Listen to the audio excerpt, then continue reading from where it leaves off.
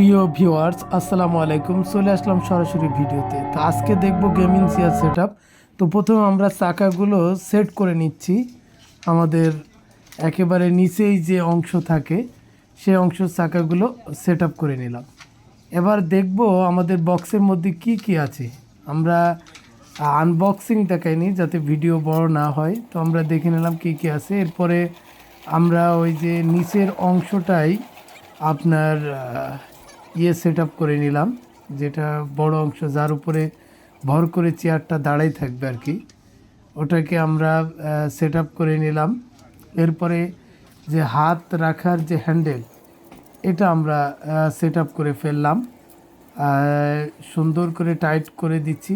এই যেটা দিয়ে টাইট করছি এই স্ক্রুটা আমাদের এর ভিতরে বক্সের ভিতরেই ছিল, অতএব বাইরের কোনো স্ক্রু আপনার মানে প্রয়োজন হচ্ছে না লাট কষার জন্য, ওটা আপনি ফ্রিতেই ওর ভিতরেই দেওয়া আছে, এই কারণে ওইটা দিয়ে আমরা টাইট করছি। তো টাইট কমপ্লিট করলাম, করার পরে আমাদের একটি ভুল হয়ে গেছে যে অ্যারো চিহ্ন যেটা সেটার দিকে ঘুরিয়ে দিতে হবে।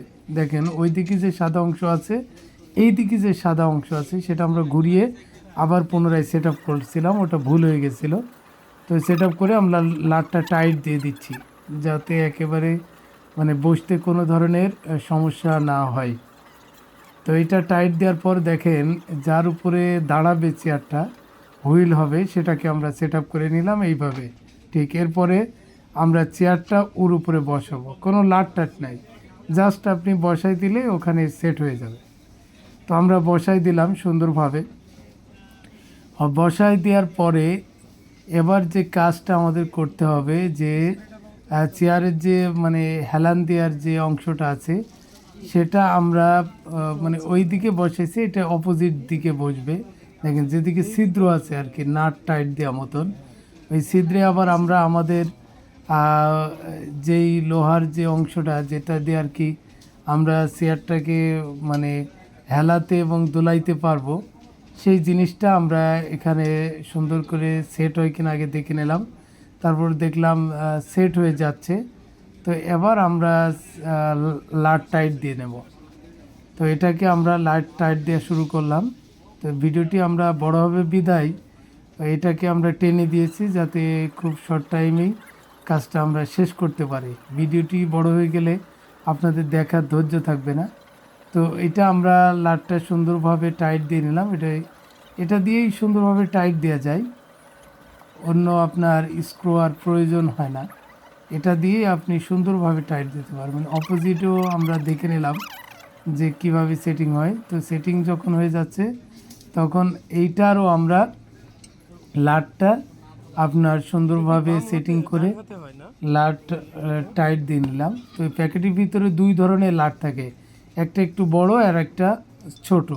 তো ছোট নাটটার ব্যবহার আমরা এখনও করিনি।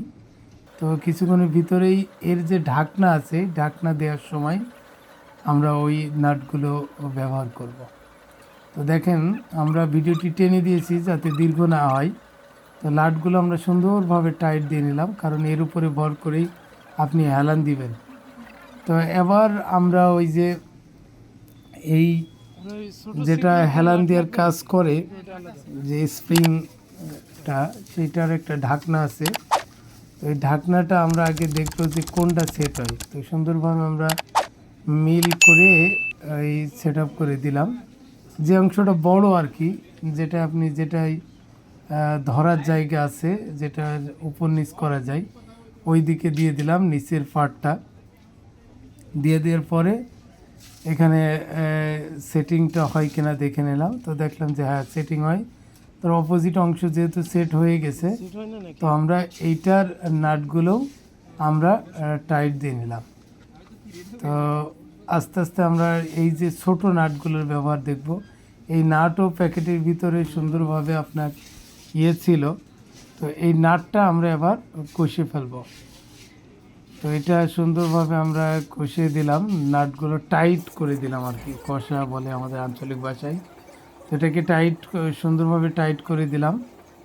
তো টাইট করে দেওয়ার পর দুইটা অংশই সুন্দরভাবে টাইট করে দিলাম এবং দেখলাম যে কোনো ধরনের সমস্যা হয় কিনা। অপোজিট সাইডেও আমরা নাটগুলো সুন্দরভাবে যে যে ছিদ্র আছে এই ছোটো নাটগুলো লাগাই দিলাম, অপোজিটও আমরা লাগাই দিলাম। লাগাই দেওয়ার পর আমাদের কাজ কিন্তু শেষ, আমাদের পরিপূর্ণ চেয়ারও হয়ে গেছে। এখন আমরা বসবো, শুধু বসা না, একটু শুয়েও দেখলাম যে আসলে কাজ করে কিনা। দেখলাম যে হ্যাঁ কাজ করে, শোয়ার পরেও কাজ হচ্ছে। তো এই ধরনের চেয়ার অনেকে আপনার কেনার পরে সেট আপ করতে সমস্যা হয়, আবার এই ধরনের ভিডিও পাওয়া যায় না। তো সেই আলোকে চিন্তা করেই ভিডিওটি করছিলাম।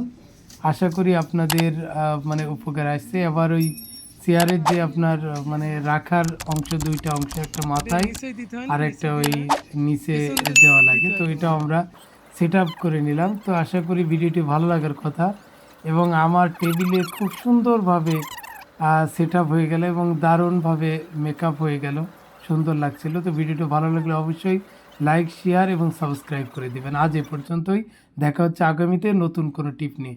সে পর্যন্ত সুস্থ থাকবেন, ভালো থাকবেন।